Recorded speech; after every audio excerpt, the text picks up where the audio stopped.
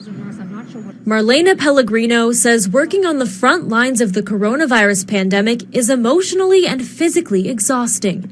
The Worcester woman hasn't experienced anything like it in her 33 years as a nurse. Our whole world has changed in the hospitals. Pellegrino works at St. Vincent Hospital and says COVID-19 patients are taken care of in 3 main units as well as the ICU.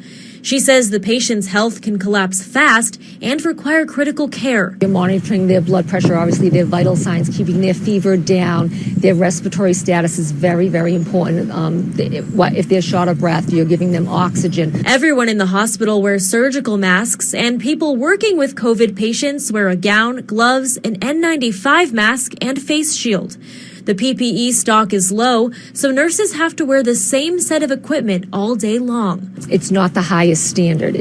Nurses feel it can be dangerous. There is room for cross-contamination. Pellegrino's biggest fear is not having enough PPE and staff when a surge of patients is expected in a week or two. We're asking the hospital to use this grace period now that we have all this abundance of nurses that don't have a particular assignment right now, to train. COVID-19 has hit even closer to home for Pellegrino.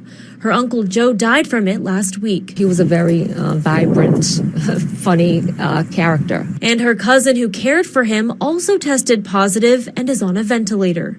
You put on your uniform and you go to work after that, but it's always in the back of your mind. Pellegrino says the virus is personal for many people and will impact more families.